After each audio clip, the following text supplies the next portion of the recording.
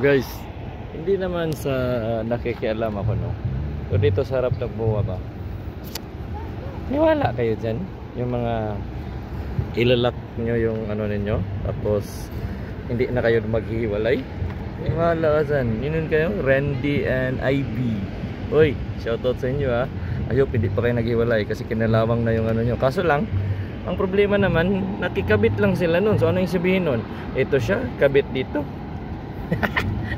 So ang dami nila.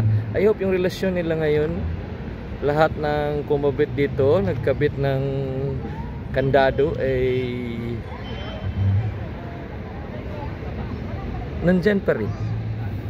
Kaso lang, sana hindi na katulad ng mga chain dyan, I mean kandado na kinakalawang na.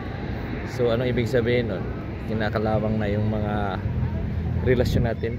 Sa totoo lang, wala naman yan sa ano yan, pamahiin lang yan. Oh, paano to? Danger. Oh, danger. Anong danger? So yung relasyon nila, danger. Ano ba yan? So, ano lang yan sa akin, ha? Opinion ko lang yan.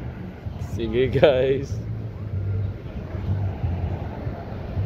See you later, alligator.